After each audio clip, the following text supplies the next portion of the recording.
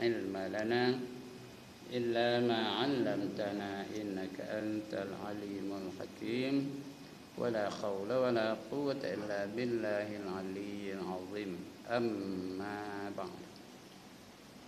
Yang dimuliakan Tuan Pengerusi dan ahli-ahli jawatan kuasa masjid, yang berbahagia tuan-tuan imam, tuan-tuan Bilal, tuan-tuan guru, para alim ulama tempatan, ustaz-ustaz, ustazah-ustazah, pemimpin-pemimpin setempat, seterusnya tuan-tuan, puan-puan, hadirin, hadirat, muslimin, muslimat yang dirahmati Allah sekalian. Alhamdulillah, petang ni kita diizinkan oleh Allah untuk berada di dalam masjid yang mulia ini, dan alhamdulillah kita dapat bersama-sama menunaikan solat zuhur berjamaah yang fadilatnya lebih daripada 27 kali ganda daripada sembahyang seorang-seorang di rumah. Mudah-mudahan kita jadikan budaya sembahyang berjemaah ini menjadi budaya harian kita hinggalah kita dijemput oleh Allah Subhanahu wa taala nanti dalam keadaan yang berjemaah sampai akhir hayat kita. Selagi kita mampu, selagi kita boleh, selagi kita ada tenaga. Mudah-mudahan dengan itu kita selamat dalam kehidupan di dunia dan kehidupan di akhirat. Allah pun pernah bersabda, alaikum bil jamaah. Diwajibkan atas kamu itu berjamaah. Tak kiralah sembahyang berjamaah, hidup berjamaah dan sebagainya. Ya. Allah pun sebut dalam Quran, wal takum minkum ummatun yad'una ilal khair wa ya'muruna bil ma'ruf wa yanhauna 'anil munkar wa ulaika humul muflihun. Hendaklah ada di kalangan kamu satu golongan, satu taifah, satu gerakan yang menjadi contoh kepada orang ramai. Mereka menyeru kepada kebajikan dan mencegah kepada kejahatan. Itu berjemaah tu. Dan orang-orang yang seperti itulah mereka yang dapat keuntungan nanti di akhirat kelak. Wa ulaika humul muflihun. Orang itulah yang mendapat keuntungan nanti. Baik tuan-tuan, udahlah tu. Muka surat berapa?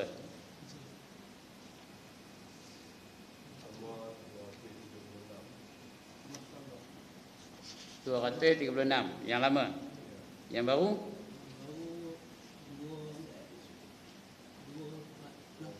248. Baik. 248. Saya bawa yang baru ya. Syahdan. Ya. Makna syahdan 248 tak ada syahdan. Syahdan bermula makna redha itu. Ya, alright. 1 2 3 4 5 6 7 8 dari bawah. Mana ada kitab baru? 8 dari bawah ya. Syahdan bermula. Serupa lah tu. Syahdan rutin bermula. Bagi kita bahasa orang dalam bahasa Melayu ni, syahdan bermula tu tak apa lah. Memang kebiasaan kita. Kan orang Melayu begitu.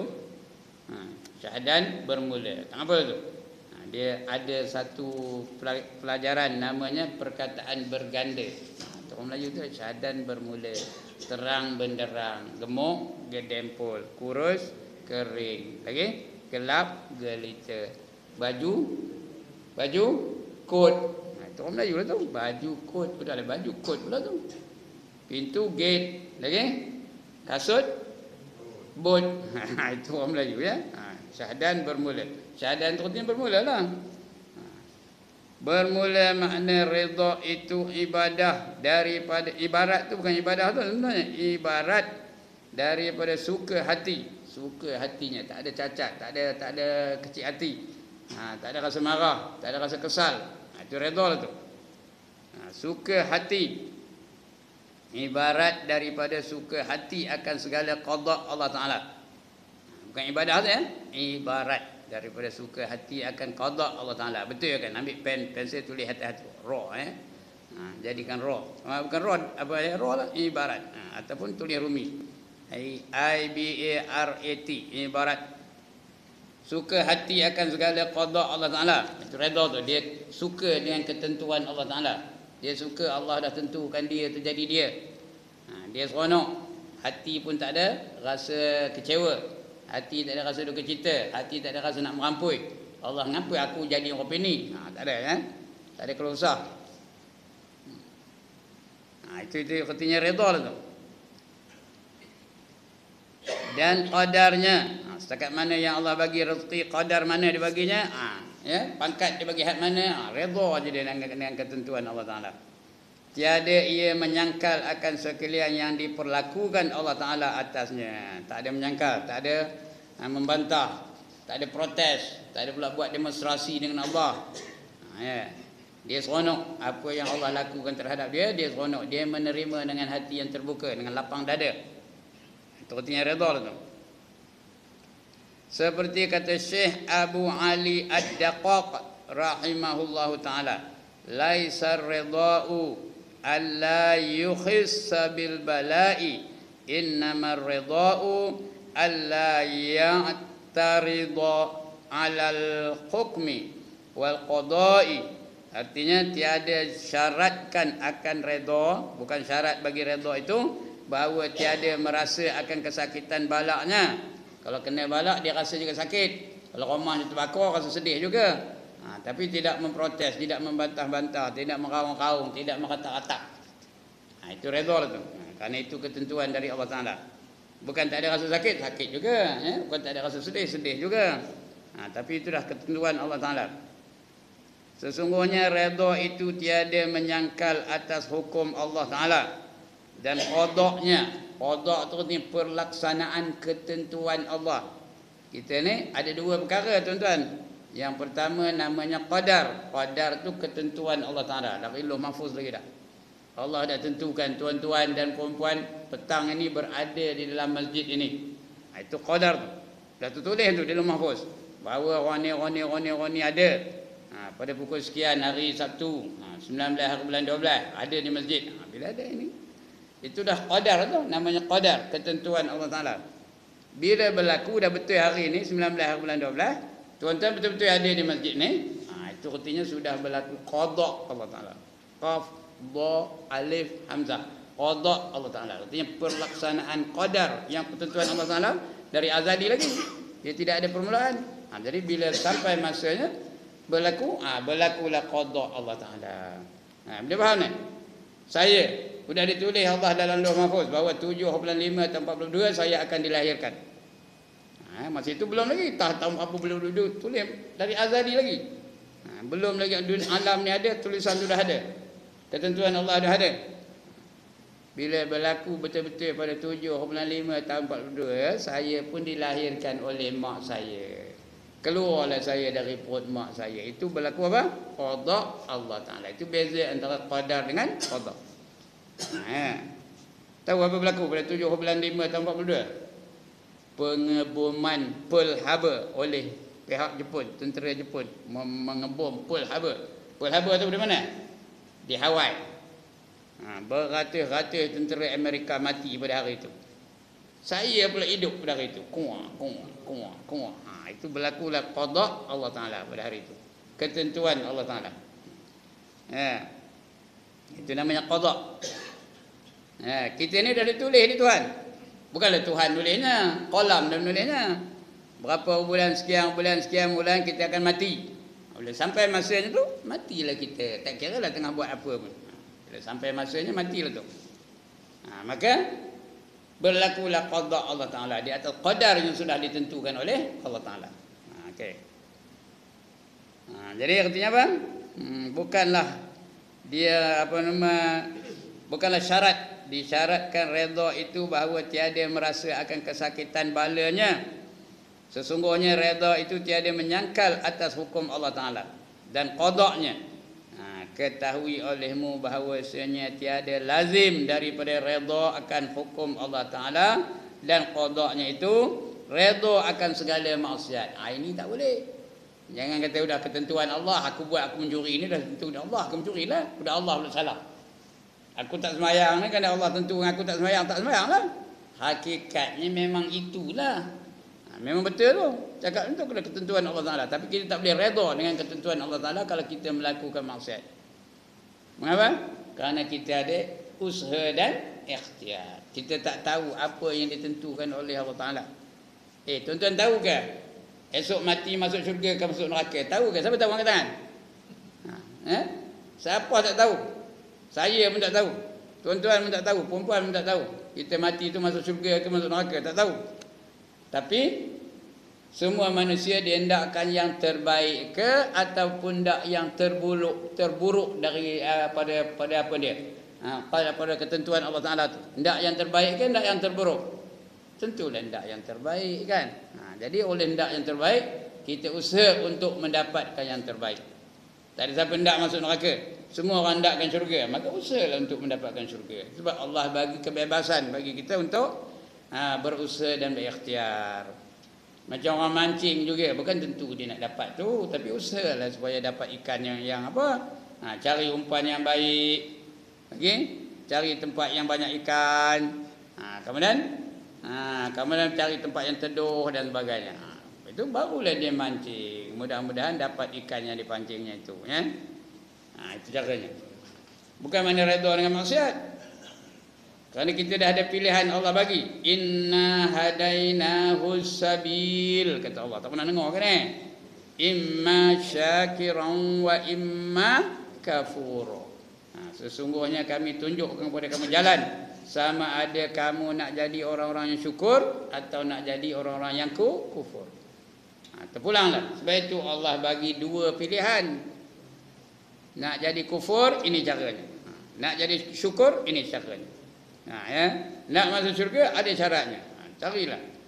Dalam Quran Allah sebut, wallazina amanu wa amilus solihat ulaika ashabul jannah hum fiha khalidun. Mereka yang beriman dan Muhammad soleh, mereka itulah yang menjadi ahli-ahli syurga. Kekal mereka di dalamnya selama-lamanya. Kalau nak syurga, dua je syaratnya, beriman dan beramal soleh. Kalau nak neraka pula, ada juga syaratnya. Wallazina kafaru wa kazzabu bi ayatina ulaika ashabun nar hum fiha khalidun. Dan orang-orang yang kufur dan maksiat, yang mendustakan ayat-ayat kami, mereka itulah yang menjadi ahli-ahli neraka. Kekal mereka di dalamnya selama-lamanya. Pilihlah nak mana. Kata orang putih, make your choice. It is all up to you, kata orang putih. Pilihlah yang mana kamu hendak. Terpulang kepada kamu, kata Allah. Pasal kita bukan tahu kita ahli syurga ke ahli neraka. Tapi kalau kita tanya tiada orang, siapa hendak ahli neraka, angkat tangan. Sebab itu kita jangan redha dengan maksiat, jangan redha dengan penderhakaan terhadap Allah. Ini kadang-kadang Allah pula salah. Ngapa kamu mencuri? Aku dah ditentu dengan Allah mencuri, mencurilah aku, katanya. Sudah Allah pula salah, dia mencuri. Dia yang mencuri, Allah pula salah. Kalau begitu orang kafir tu boleh dia cakap, ngapa kamu kafir? Allah dah jadikan aku kafir, kafirlah gitu. Esok ditanya kepada mereka, kamu tak pernah dengar ke Nabi Muhammad? Nama Muhammad tak pernah dengar ke? Tak pernah tengok ke orang Islam pergi ke masjid? Tak pernah dengar ke azan di masjid? Apa nak jawab orang kafir tu? Sebab itu apabila seorang tu jadi mukallaf, tidak ada alasan mengapa dia nak membantah perintah Allah Ta'ala. Kita pun begitu juga, sudah beriman, tak ada alasan mengapa kita tidak beribadah kepada Allah. Sebab itu Allah jadikan Nabi-Nabi dan Rasul itu dari berbagai-bagai kalangan, dari berbagai-bagai golongan, supaya nanti kita tak ada hujah di hadapan Allah Subhanahu Wa Ta'ala. Ya Allah, aku tak sempat nak beribadat kerana aku ni miskin berbenar. Aku nak mencari rezeki dari pagi-pagi lagi, tak sempat nak sembahyang, tak sempat nak baca Quran, tak sempat nak buat apa-apa pun. Aku sibuk mencari rezeki aja. Apa jawab Allah? Kamu tak pernah dengar ke hamba aku yang bernama Isa? Siapa lebih miskin, kamu ke Isa? Isa tu apa pun tak ada. Dia yang ada cerik satu lagi, sikat sebatang, kemudian tikos sembahyang. Itu aja ada, lain tak ada. Itu Nabi Isa. Pun dia tak pernah lupakan mengingati aku. Kamu apa alasan tak nak ingatkan aku? Kata Allah. Apa nak jawab? Ada orang lain pula, ya Allah, aku tak sempat nak beribadat kepada kamu kerana aku sakit saja, nyonyek. Tahu ke nyonyek? Sakit saja. Apa jawab Allah? Kamu tak pernah dengar ke hamba aku yang bernama siapa? Ayub. Siapa lebih teruk menghadapi kesakitan? Kamu ke Ayub? Ayub tu lagi hebat. Sampai dia sujud pun ulat gugur daripada kepalanya. Punyalah hebatnya. Tapi tak pernah juga dia lupa mengingati aku, katanya. Ada orang lain pula, aku tak sempat nak beribadat kepada kamu ya Allah kerana aku kaya berbenar. Aku mesyuarat sana, mesyuarat sini, kadang-kadang ke Tokyo, kadang-kadang ke Washington, kadang-kadang ke London, kadang-kadang ke Jepun. Jepun Tokyo boleh. Kadang-kadang ke Korea, kadang-kadang ke India. Mesyuarat je kau tak sempat nak sembahyang. Apa kata Allah? Kamu tak pernah dengar ke hamba aku yang bernama Sulaiman? Siapa lebih kaya, kamu ke Sulaiman?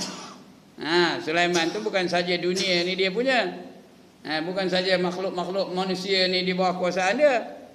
Binatang di bawah kekuasaannya, angin di bawah kekuasaannya, jin di bawah kekuasaannya, semua dia berkuasa. Pun dia tak pernah lupa daripada mengingati aku, kata Allah. Kamu apa alasan lagi? Apa alasan lagi? Ya Allah, aku tak sempat nak sembahyang kerana aku ni cantik benar. Kemana aku pergi, orang perempuan ngejar aku, kumun je aku. Tak sempat aku nak ke masjid ke mana pun. Tak sempat nak sembahyang. Aku ni lawa benar, handsome benar. Banyak benar peminat aku, kata. Apa jawab Tuhan? Kamu tak pernah dengar ke hamba aku yang bernama Yusuf? Siapa lebih cantik, kamu ke Yusuf? Yusuf ni lah manusia yang paling handsome dulu, kini dan selama-lamanya. Sambil mak angkatnya sendiri pun tergoda dengan dia. Punya dia cantik. Ada orang cantik apa itu, angkat tangan. Saya tengok mana kau orang. Dan angkat gambar kan. Pun dia tak pernah lupa daripada mengingati Allah. Sudah diperangkap oleh mak angkatnya tu. Ditutup pintu dari dalam bilik. Wa ghallaqatil abwaba wa qalat haytalak, kata dalam Quran. Dia baca dalam surah Yusuf ya. Dia mengunci pintu dari dalam lalu memanggil Yusuf, marilah Yusuf, haytalak tu artinya marilah. Panggilan yang sangat apa? Yang sangat memberangsangkan, yang sangat memberahikan. Entah macam mana, entahlah itu dalam Quran tu haytalak kata panggilan tu. Agaknya cop, marilah. Agaknya lah ya. Kalau Haji Ibrahim kena panggil apa tu macam? Kalau Haji Ibrahim kena panggil apa tu macam? Pelantin sorban dulu tau. Tapi Nabi Yusuf kata apa? Inni akhafullah. Sesungguhnya aku takutkan Allah. Tak pernah lupa daripada mengingati Allah. Ini dia Nabi Yusuf. Apa alasan kita? Ya Allah, aku banyak peminat, tak sempat nak sembahyang. Suara aku sedap benar. Bila aku apa aja, bila aku nyanyi aja orang mengkerumun aku. Aku ni memang popular benar. Tak boleh keluar dari rumah, orang mengkerumun aku aja. Apa jawab Tuhan? Kamu tak pernah dengar ke hamba aku yang bernama, yang suara sedap siapa? Siapa? Daud. Mana sedap suara? Kamu ke Daud? Daud tu bila dia baca Zabur tu tahu, burung tengah terbang berhenti tahu. Bukan hinggap, berhenti di udara. Tengah terbang tu dia break. Kata nak dengar apa? Nak dengar suara Daud. Punyalah hebat suaranya. Pun tak pernah lupa daripada mengingati Allah. Suara kamu sedap macam mana? Suara Jamal Abdillah ada burung berhenti tak? Suara Mawi ada burung berhenti tak? Terbang lagi mau. Begitulah hebatnya apa namanya? Suara Nabi Daud tu. Sebab ulama dulu mengarang lagu tahu. Lagu Robaneh. Ada kita orang tepi Surau Perak ni. Robaneh Negeri Perak tahu. Robaneh Kampung Gajah. Ada lagu, nama lagunya Sekedup tahu. Tunduk menangis Siti Fatimah mendengar suara Nabi Allah la Daud, menggambar kemerduan suara Nabi Allah Daud sampai menangis Siti Fatimah. Padahal kenyataan itu logik ke tak logik? Bila pernah Siti Fatimah dengar suara Nabi Daud? Siti Fatimah anak siapa? Anak Nabi Muhammad. Nabi Daud dah lama dah wafatnya. Tapi nak menggambarkan kemerduan suara Nabi Daud tu. Itu sampai lagu. Nama lagu tu apa? Tahu? Segeduk nama lagunya. Lagu Segeduk. Siapa tepi Sungai Perak ada belajar Rabanai tahu tu. Lagu Segeduk. Pukulnya pun bukan pukul biasa tu. Panggil pukul kincat nama pukulnya. Itu kena belajar lah. Itu dia. Apa alasannya kita tak nak beribadah kepada Allah Subhanahu Wa Taala? Sibuk macam mana pun. Nabi-nabi dulu lagi sibuk. Cantik macam mana pun, Nabi-nabi dulu lagi cantik. Miskin macam mana pun, Nabi-nabi dulu lagi miskin. Kuat macam mana pun, Nabi-nabi dulu lagi kuat. Nabi Musa tu punya kuat. Orang lain tak boleh angkat batu, dia boleh angkat. Tumbuknya Firaun tu mati. Ada guru silat ni, tumbuk mati ada. Sekali tumbuk mati ada tak? Mari tahu kan, ada di Terang Utara ada. Kali tumbuk seorang mati ada. Jenuh Mike Tyson ada mati tak tumbuk orang? Mati ke tak tumbuk orang? Tak ada. Gigit telinga tak mati juga. Tapi Nabi Musa ditumbuknya tentera Firaun mati. Pun dia tak pernah lupa daripada mengingati Allah. Okey, sudah itu. Itu kenyataan nak faham ya. Itu ketentuan Allah Taala. Jangan ada alasan mengapa kita tak mahu beribadat kepada Allah Subhanahu Wa Taala. Tak ada excuse, tak ada alasan. Tak ada sebab mengapa kamu tak nak beribadat kepada Allah Subhanahu Wa Taala. Jadi dan bahawasanya tiada lazim daripada redha akan hukum Allah Ta'ala dan qadanya itu redha akan segala maksiat. Itu ada hukum. Ya, dalam hidup ni ada hukum tak? Ada hukum wajib, ada hukum haram, ada hukum sunat, ada hukum makruh dan ada hukum harus. Supaya kita nanti tidak menyalahkan Allah. Tidak menyalahkan ketentuan Allah Ta'ala. Ada hukum. Jadi yang wajib mesti buat. Yang haram mesti tinggalkan. Yang sunat elok buat. Yang makruh elok tinggalkan. Yang harus jadikan ibadah. Barulah kita betul-betul menjadi hamba Allah yang sebenar. Jadi redha akan segala maksiat dan kufur tak boleh. Kerana bagi segala maksiat dan kufur itu dua jalan. Satu jalan kepada Allah Ta'ala. Kita tak tahu pun ketentuan Allah Ta'ala. Itu jalan kita serah kepada Allah Ta'ala. Iaitu sekira-kira kufur dan maksiat itu jadi daripada qada Allah Ta'ala. Iaitu kita kena terima. Kufur kan maksiat itu ketentuan itu dari Allah. Cuma kita tak tahu ketentuan Allah Ta'ala. Siapa tahu? Siapa tahu kita asal orang beli semayang ke atau nehin pun tak kerti. Siapa tahu? Tak tahu. Tapi kita ada usaha dan ikhtiar. Itu daripada Allah. Sekira-kira kufur dan maksiat itu jadi daripada qada Allah Ta'ala. Dan qadarnya. Dan daripada iradah Allah Ta'ala, ketentuan Allah Ta'ala, dan masyiahnya. Masyiah itu artinya kehendak Allah Ta'ala, daripada kehendak Allah Ta'ala. Maka wajib atas kita redha akan jalan itu. Dan satu kepada hambanya, iaitu ada tanggungjawab, ada perintah, ada larangan. Yang itulah yang kita nak pegang. Ini perintah wajib, ini larangan wajib, ini perintah sunat, ini larangan sunat dan sebagainya. Ada perintah. Jadi kita kena patuh kepada Allah Ta'ala. Kalau tak gunalah Allah bagi perintah tu. Tak gunalah Allah datangkan hukum wajib, sunat, haram, makruh, harus tu ya. Jadi kena ikut itu.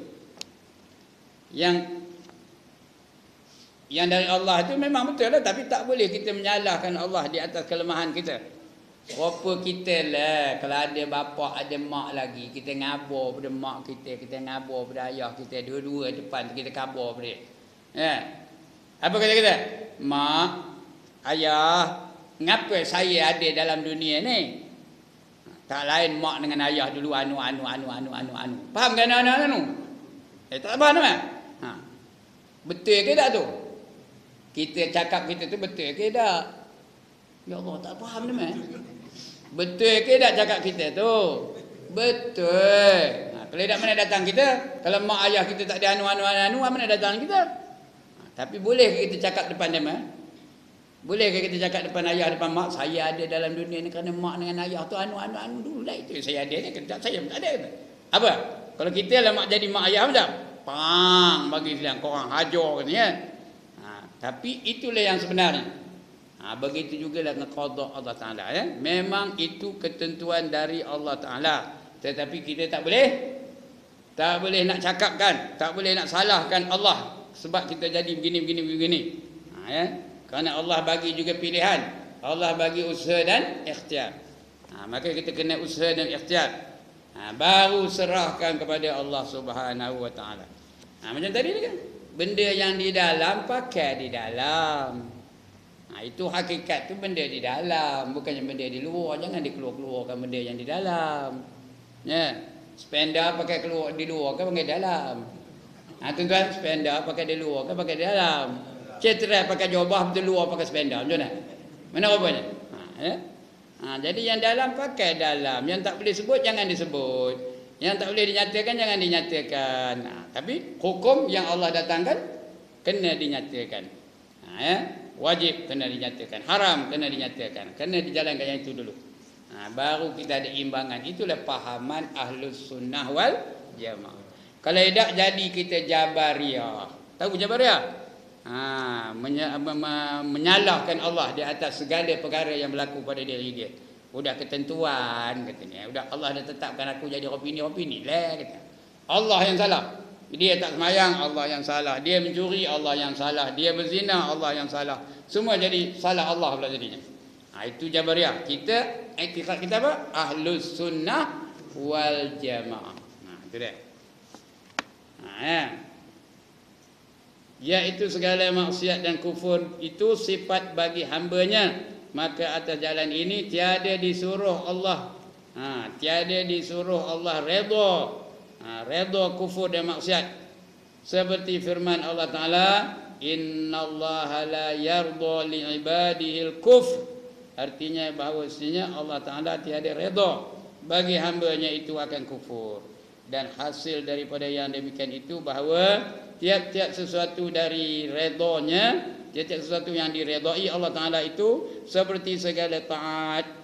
Segala taat tu Allah redha tu. Semayang Allah redha, puasa Allah redha, sedekah Allah redha. Ya. Semayang tahajud Allah redha, semayang duha Allah redha. Itu yang redha oleh Allah Ta'ala. Buat ajalah. Ya. Maka wajib atas kita redha akan dia, dan tiap-tiap satu yang dibenci oleh Allah Ta'ala seperti segala maksiat, iaitu Allah tak redha. Jangan dibuat. Dan segala kufur, maka wajib atas kita benci akan dia. Allah benci, kita bencilah. Seperti mensyirikkan Allah, Allah benci. Kita jangan jadi syirik. Seperti maksiat, mencuri, Allah benci orang mencuri. Jangan mencuri. Seperti berzina, Allah bencikan orang berzina. Jangan berzina. Dan seterusnya. Maka wajib atas kita benci akan dia. Itu kata Allah dalam Quran. Kemudian aku pula kata ulama, kata Imam Ghazali rahimahullah ta'ala, i'lam. Apa tu i'lam? Ketahui olehmu annal maqamatit tis'a allati zakarnaha laysat ala rutbatin wahidatin bal ba'duha maqsudatu li zatiha kal mahabbati war ridai fa innahuma a'lal maqamati. Artinya ketahui olehmu bahawasanya segala maqam tu artinya darjat, tingkatan, maqam, segala maqam itu yang 9 yang aku sebut akan dia, yakni segala sifat yang kepujian. Yang 9 tu yang tersebut dalam bab yang kelima ini. Bab maqam yang terpuji ni, iaitu apa? Taubat, lagi zuhud, lagi syukur, dan sebagainya. Itu yang 9, maqam 9. Tak masuk 10 ya, 9 saja. Yang tersebut dalam bab yang kelima ini, tiada ada ia atas satu martabat selain daripada redha lah. Dia semuanya 10. Selain daripada redha ada 9 kan. Tolak redha tu. Redha ni kita tengah sebut kejap ni. Itu maqam yang terpuji. Apa namanya? Perkara yang terpuji. Seperti apa? Taubat, lagi takutkan Allah Ta'ala, lagi zuhud, lagi sabar, lagi syukur, lagi ikhlas, lagi tawakal, lagi kasihkan Allah, lagi redha dengan qada Allah Ta'ala. Ini yang kita baca kejap ni. Dan yang ke-10 pula apa? Ingatkan mati. Itu semua maqam yang terpuji pula gitu. Darjat-darjat yang terpuji. 9. Tak masuk dengan redha ni. Redha kita tengah sebut ni tak payah sebut lagi. Yang disebut dalam bab yang kelima ini tiada ada ia atas satu martabat. Dia bukan satu martabat satu-satu tidak. Tetapi adalah setengahnya itu maksud bagi zatnya, seperti mahabbah. Mahabbah tu apa? Kasihkan Allah Ta'ala. Ya. Dan redha. Bila dia kasihkan Allah Ta'ala, dia redha lah. Yang kita kasihkan isteri kita redha je. Apa dia masak isteri tu kita makan aja. Walaupun tak sedap makan juga ya. Pasal kita redha, kasihkan dia. Dia pun kasihkan kita. Apa kita beli untuk dia redha je. Tak ada pula hampa-hampa nyampak ke tanah, tak ada. Kerana dia kasihkan kita. Tapi kalau dia benci dengan kita, tak? Salah aja lah. Beli warna hitam dia marah, beli warna hijau dia marah, beli warna merah dia marah, beli warna kuning lagi dia marah. Kau ingat aku India ke kata. Pasal dia tak kasihkan kita. Tapi kalau dia kasihkan kita, beli apa pun dia akan redha. Begitulah kita dengan Allah Taala. Bila Allah kasihkan kita, apa kita buat pun semua diredai olehnya. Tak ada dia marah. Tapi kalau Allah bencikan kita, apa yang kita buat pun jadi salah. Itu namanya martabat. Kepujian namanya. Seperti mahabbah dan redha. Maka bahawasanya keduanya itu yang terlebih tinggi daripada segala maqam. Paling tinggi ialah mahabbah dan redha. Redha tu lebih tinggi makamnya daripada sabar. Sabar tu menerima keputusan Allah juga, tapi dia ada rasa sakit hati. Ada rasa menderita. Tapi sabar, tak ada pula komplain Allah Taala, tapi menderita. Tak ada pula rasa seronok pula dapat benda-benda yang musibah yang Allah datang tu, tak ada seronok. Tetapi dia tidak komplain, tidak demonstrasi, tidak membantah keputusan Allah Taala. Dia sabar di atas ketentuan Allah Taala. Sabar tu pun tinggi pahalanya. Banyak pahalanya sabar ni tau. Sebab tu Allah latih kita supaya jadi orang sabar. Di antara latihannya apa? Didatangkannya bulan Ramadan supaya kita berpuasa. Puasa ni melatih kita menjadi orang-orang yang sabar. Pahala orang sabar tu banyak tu, besar pahalanya. Innama yuwaffas sabirun ajrahum bighairi hisab, kata Allah. Sesungguhnya pahala bagi orang yang sabar itu tak dapat nak dikirakan berapa banyaknya. Banyak benar pahalanya kalau kita sabar. Redha lagi tinggi pahalanya. Dijanjikan syurga tu ya. Sabar pun dapat pahala juga, dapat syurga juga. Tapi lebih segera lagi pahala kalau kita redha dengan ketentuan Allah Taala. Radhiyallahu anhum wa radu an zalika liman khasyiya rabbah. Itu Allah puji orang-orang yang redha. Baik.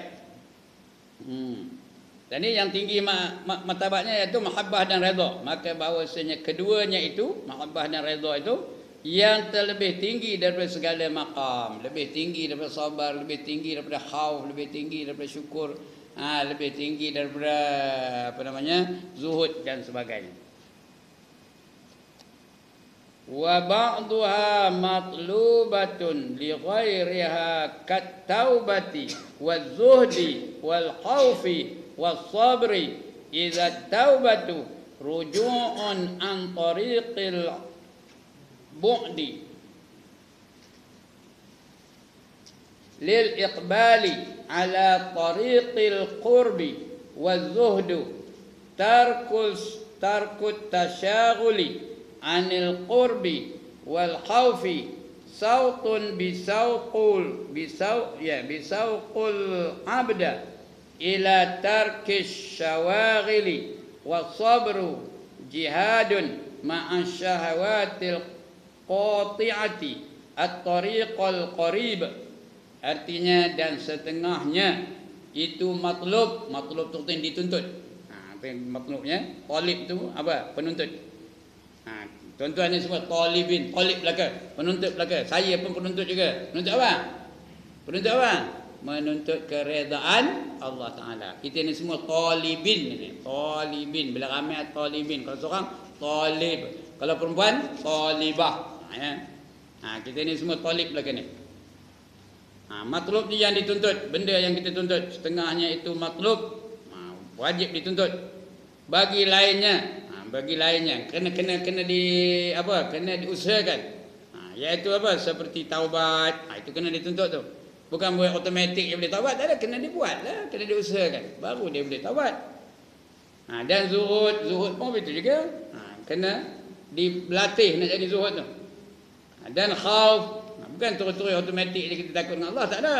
Kena dilatih supaya kita dapat khauf. Dan sabar, kerana taubat itu kembali kepada jalan yang jauh. Kembali daripada jalan yang jauh kerana hendak berhadap atas jalan yang hampir. Kita dah dekat benar nak padam ni. Patut ke tak patut kita taubat? Siapa jauh lagi baru padam angkat tangan. Saya tengok benar mana korang ni. Berapa lama lagi kita nak padam ni? Yang bercakap ni berapa lama lagi? Ada 100 tahun lagi. Jadi wajib ke tak wajib kita ni bertaubat kepada Allah Subhanahu Wa Taala? Wajib. Kalau kita taubat, Allah akan ampunkan dosa kita. Nabi dah jamin, at-taibu minaz zambi kaman la zambalah, kata Nabi. Orang yang bertaubat dari dosa-dosanya seperti orang yang tidak berdosa. Allah pun suruh, tubu ilallahi taubatan nasuha, kata Allah. Taubatlah kamu kepada Allah dengan taubat yang sebenar-benar taubat. Asa rabbukum an yukaffir ankum sayyiatikum wa yudkhilakum jannatin tajri min tahtihal anhar, kata Allah dalam Quran. Surah At-Tahrim.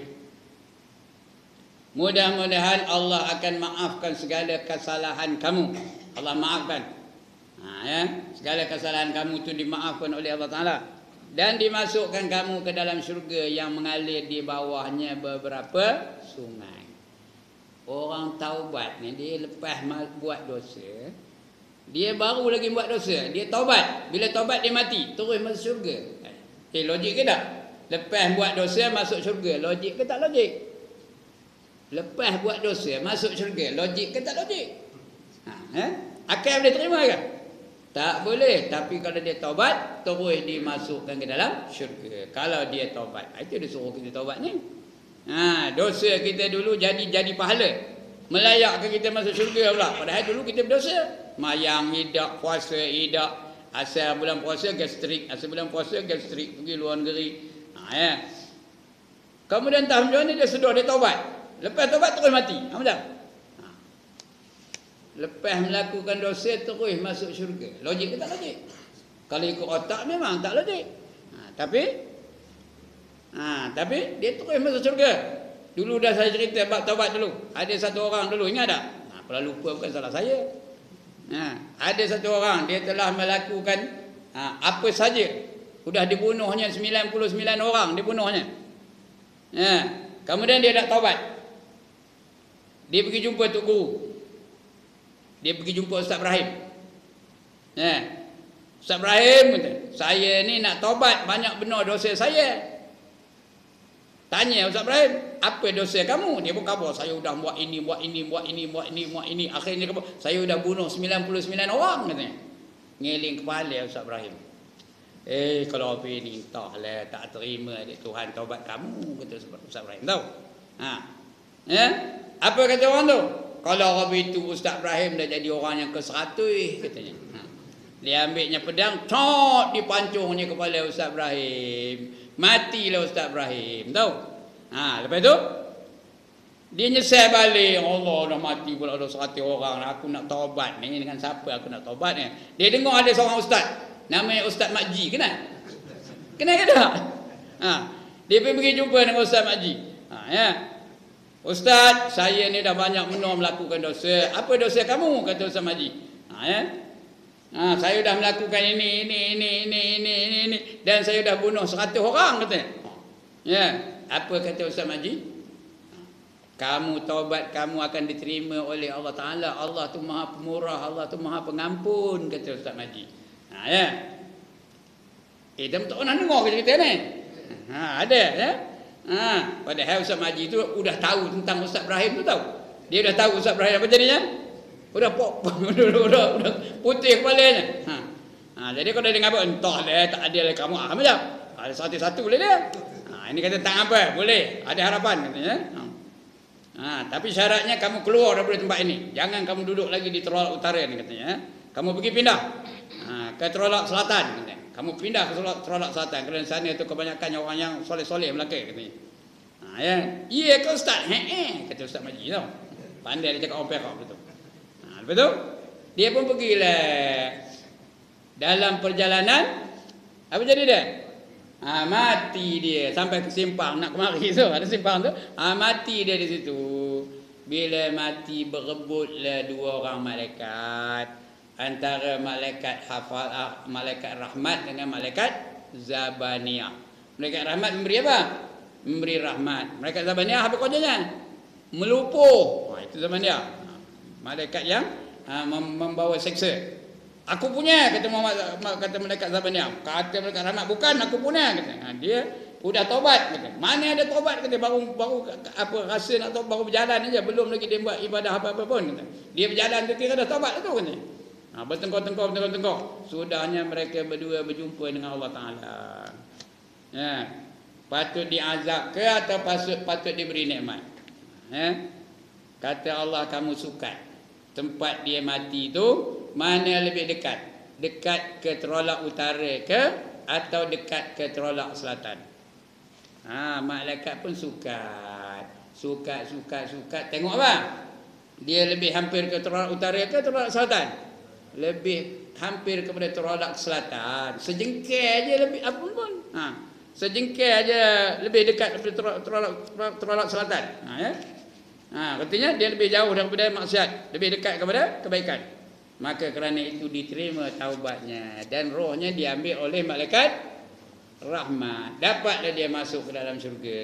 Kerana itu, kerana dia dah taubat, diterima taubatnya. Cuma dia tak sempat nak melakukan ibadah, itu aja.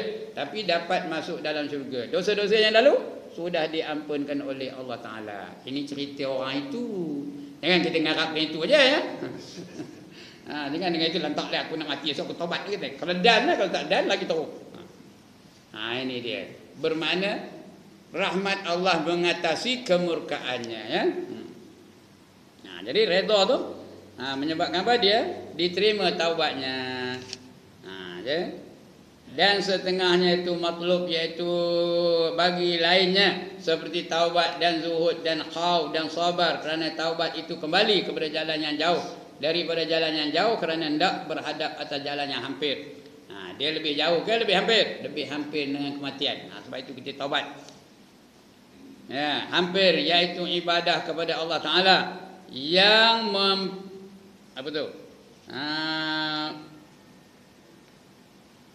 menghampirkan tu ya, menghampirkan terhadap atas jalan yang hampir, iaitu ibadat kepada Allah Taala.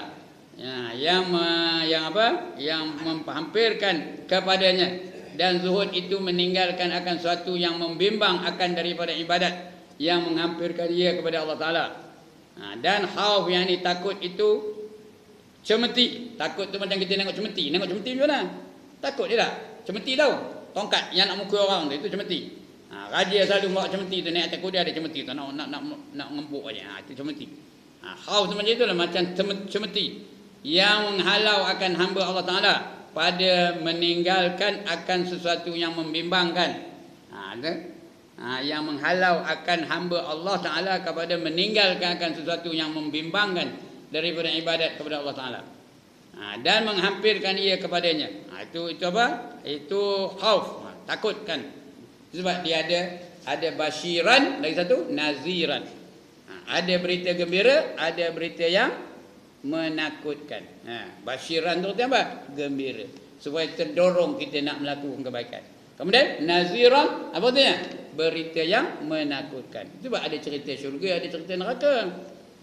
Syurga tu penuh dengan nikmat. Diceritakan syurga dalam Quran banyak ya.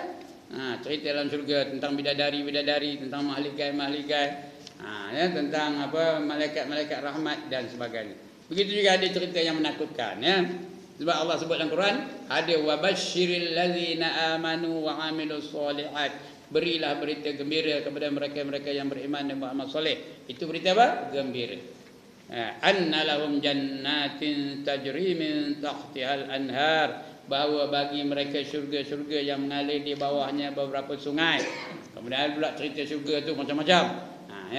Minuman di syurga tu apa? Ada cerita banyak. Kena tengoklah Quran ya. Kemudian ada pula berita yang menakutkan dalam neraka tu. Malaikat-malaikat yang garang-garang, alaiha malaikatun ghilazun syidadun la ya'sunallah ma amarahum. Dalamnya terdapat malaikat-malaikat yang kasar-kasar, yang garang-garang, yang ganas-ganas. Mereka tak erti nak derhaka kepada Allah Taala.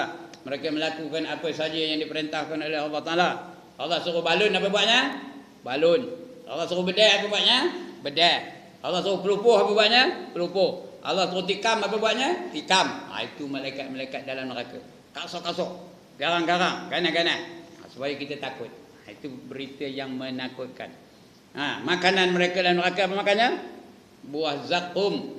Ya, la'akiluna min syajarin min zakum, kata Allah. Makanan mereka ialah buah-buahan dari pokok zakum. Ya. Buah dari pokok zakum. Nama buahnya buah apa? Ya Allah, demi buah dari pokok zakum. Nama buahnya buah apa? Buah zakum lah. Pokok zakum, buah zakum lah. Pokok jerin buah apa? Buah jerin lah. Pokok rambutan buah apa? Buah rambutan lah. Pokok durian buah apa? Buah durian lah. Mana pula buah pokok rambutan ngeluar ke buah jerin? Ada kan? Ya? Adakah pokok lain buah lain? One more time. Adakah pokok lain buah lain? Ada tahu. Pokoknya kabung, buahnya kantor. Iya ke dah ni? Itu saja nak melawak je lah ya. Itu dia. Jadi itu berita yang menakutkan. La'akiluna min syajarin min zaqqum famali'una minhal butun fasharibuna 'alaihi minal hamim fasharibuna syurbal him. Kita baca itu sampai tak kata. Makanan mereka ialah buah-buahan dari pokok zakum. Makanlah mereka sehingga penuh perut-perut mereka. Minuman mereka ialah air timah yang mendidih. Air timah itu bukan nama air nama orang. Timah itu bukan timah nama orang. Logam. Dicayurkan. Tengah menggelegak itu bagi minum. Fasyaribuna syurbal him. Minumlah mereka laksana seekor kaldai. Minumnya kok. Yang apa? Yang panas. Yang menggelegak itu minuman mereka. Itu berita yang menakutkan. Ya. Dan sebagainya. Banyak lagi. Tuan-tuan kena baca lah. Cerita tentang syurga, tentang neraka. Dan juz Ammar tu di ujung-ujung tu semua cerita-cerita syurga neraka. Atau membaca surah Al-Insan. Banyak cerita neraka situ, cerita syurga mana dari situ. Ya. Jadi wa kullu zalika ghairu matlubatin li zatiha balil matlubul qurbu wa zalika bil ma'rifati wal mahabbati fa innahuma matlubatani li zatihima la li ghairihima walakin la yutimma zalika illa biqit'i hubbi ghairillahi 'anil qalbi fahtaja ilal khawfi was-sabri waz-zuhdi lidzalik. Artinya dan tiap-tiap yang demikian itu tiada dituntut kerana zatnya, tetapi yang dituntut itu ibadah yang menghampirkan kepada Allah Ta'ala. Redha tu dituntut kenapa? Supaya kita hampir dengan Allah Ta'ala. Bukan redha tu dituntut sebagai redha aja tak. Untuk menuntut hampir dengan Allah Ta'ala, maka kita redha dengan ketentuan Allah Ta'ala. Ya? Mengapa redha? Supaya kita hampir dengan Allah Ta'ala. Kerana itu, ya, bukan kerana zatnya. Tetapi dia dituntut itu ibadah yang menghampirkan kepada Allah Ta'ala. Ya, demikian itu dengan makrifah. Makrifah itu bukan kita dituntut supaya kenal betul dengan Allah Ta'ala. Dituntut itu. Tapi mengapa? Mengapa dituntut kita kenal dengan Allah Ta'ala?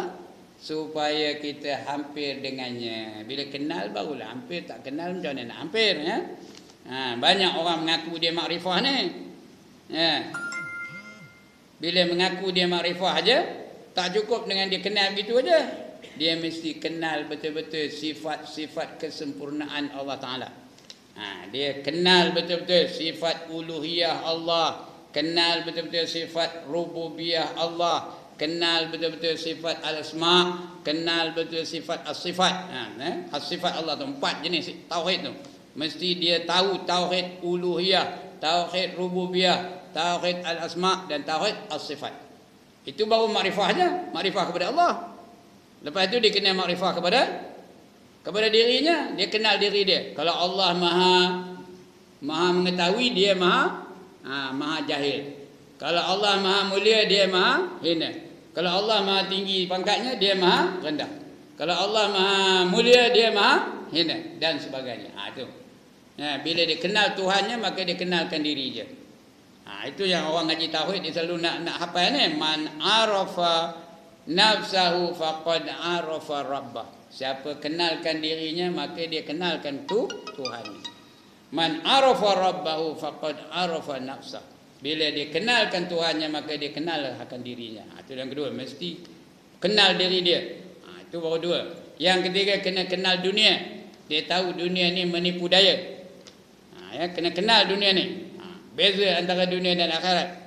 Macam mana dunia ni boleh jadi akhirat? Macam mana akhirat tu akhirat saja? Macam mana dunia ni tinggal dunia saja? Dia kena kenal yang tu.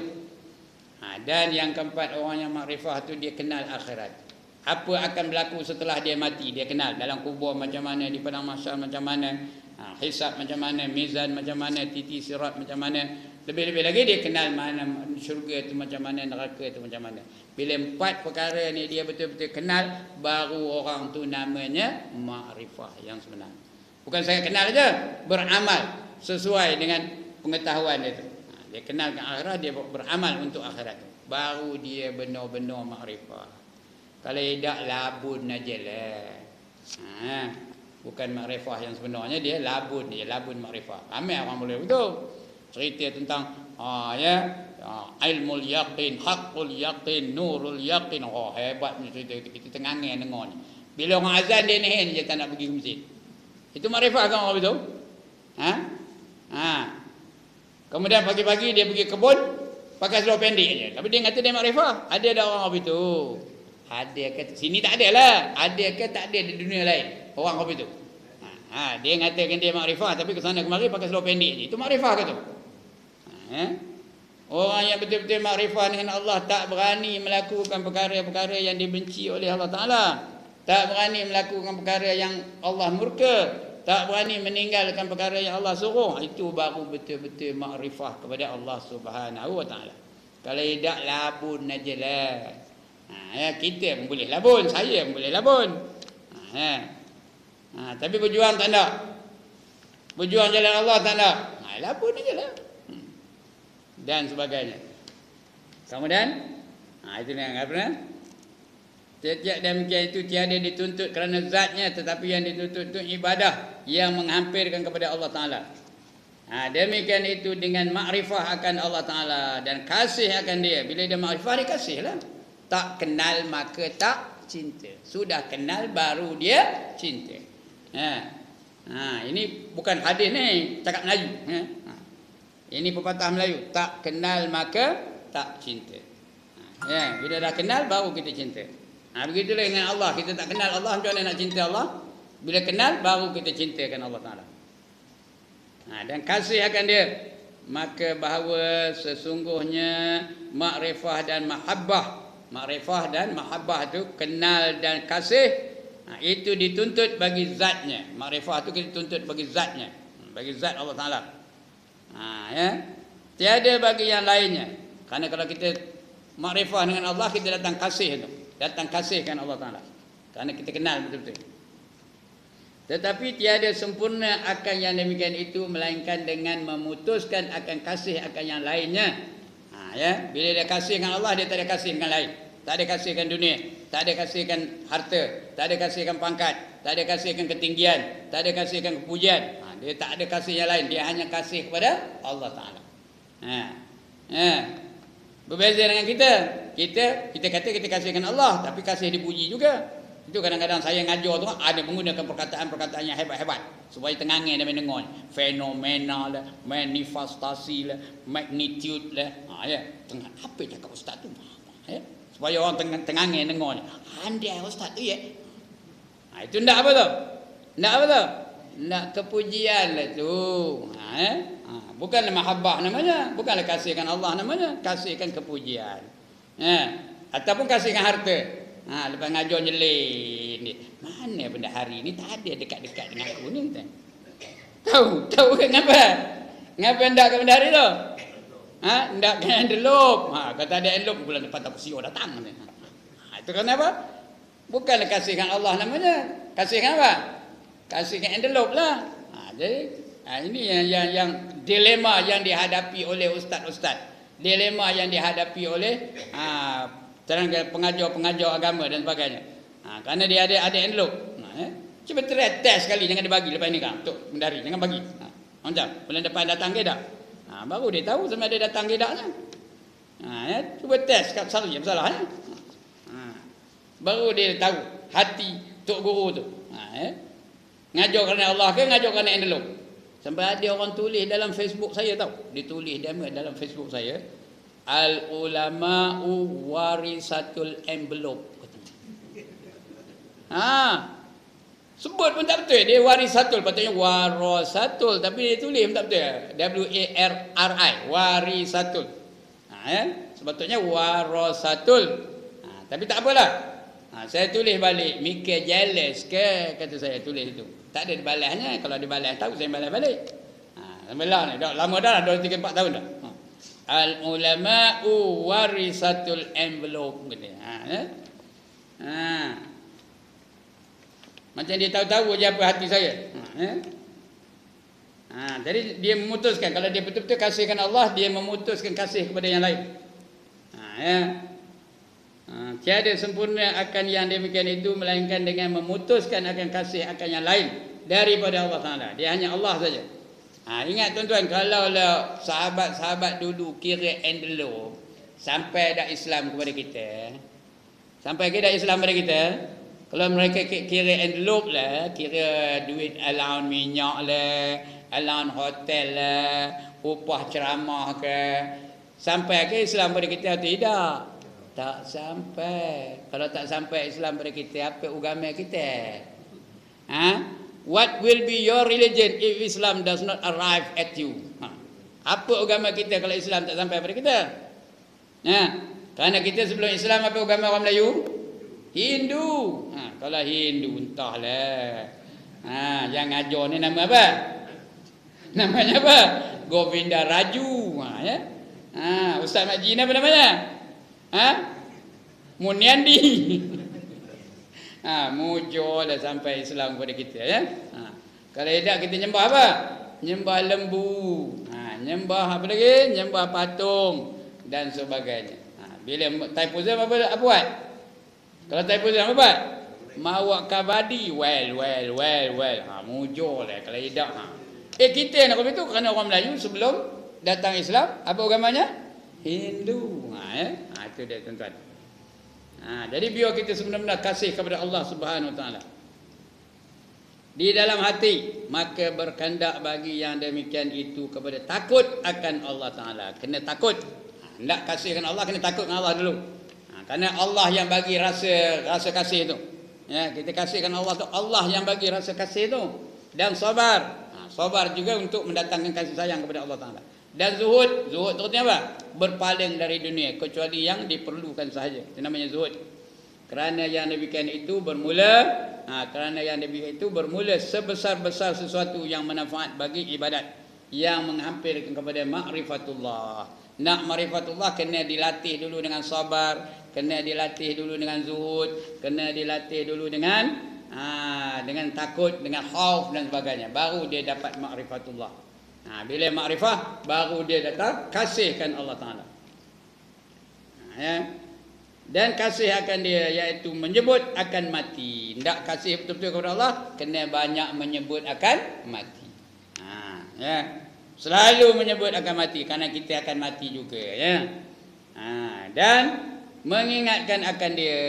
Sebab itu pelajaran kita lepas ini apa tajuknya? Ingat mati. Kerana kita akan mati ya. Pelajaran lepas ini. Siapa tak mati angkat tangan? Semua akan mati ya.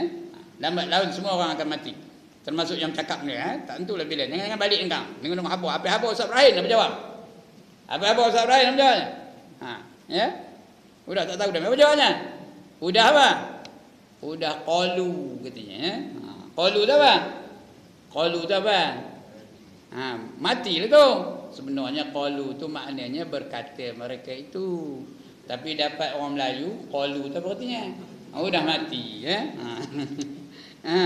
Padahal qalu tu berkata mereka itu. Memang pun ayat Quran tu ada menyebut qalu dulu. Qalu inna lillahi wa inna ilaihi raji'un. Itu yang orang Melayu kita bila qalu tu mati lah tu. Padahal mereka berkata dari Allah lah kami datang, kepada Allah lah kami akan kembali. Ya, siapa tu? Sifat orang yang sabar.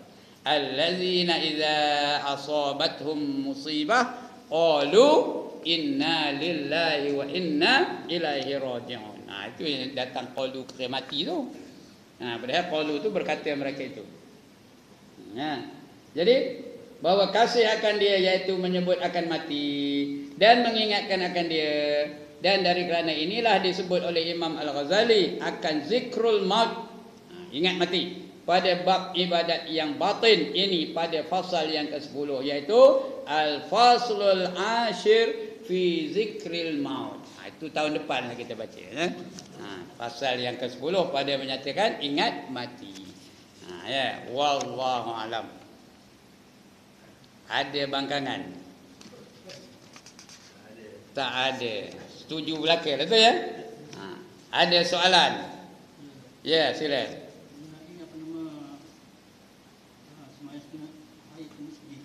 Ya. Jadi apa nama, macam mana cara macam kita kata kita datanglah apa nama ada orang bang. Jadi adakah kita nak kita masjid lagi ataupun tidak? Dan adakah kita boleh duduk? Kita tak pasal masjid, kita duduk. Itu je. Okey. Orang tengah azan, kita masuk, duduk ke tak? Kalau lalu tak usah duduk lah, berdiri. Lepas tu kita sembahyang. Kalau agak-agak sempat, boleh kita sembahyang mula-mula tahiyatul masjid, lepas tu kita sembahyang sunat zuhur. Kalau waktu zuhur ni tapi nak syaratnya apa? Tak ada kongga masjid ni. Tahu kongga? Tahu kongga tak? Kongga di atas pokok jambu, dia makan jambu ke tak? Coba dipanjat pokok kongga tu yang ada jambu. Pokok jambu tu yang ada kongga. Dipanjat pokok jambu yang ada kerongga. Apa dia buat di kerongga tu? Jadi kokok-kokoknya. Kalau ada kerongga, tak usah sembahyang tahiyatul masjid.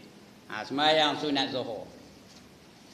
Kerana ini ada tak? Mana dia? Mana dia? Mana dia? Tu. Ada tak? Tadi saya tengok belum dan lagi dah.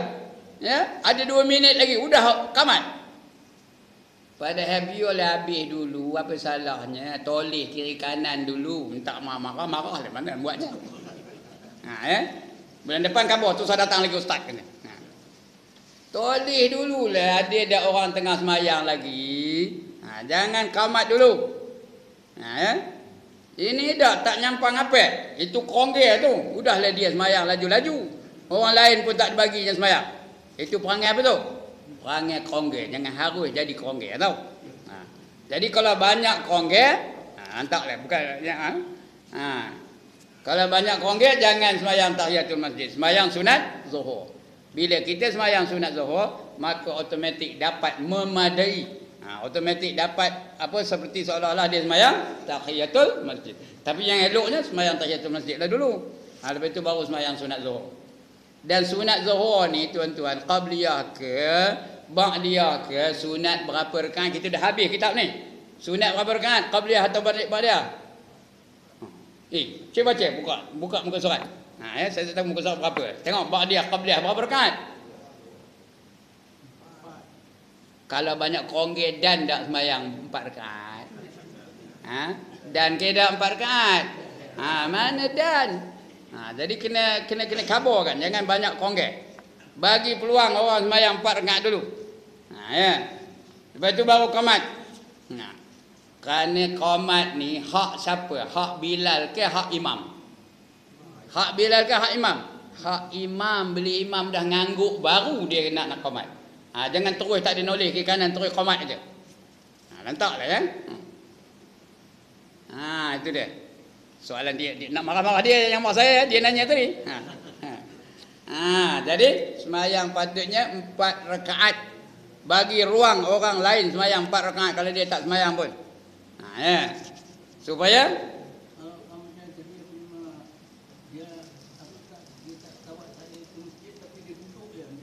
Itu tak dapat sunat lah. Dia duduk aja.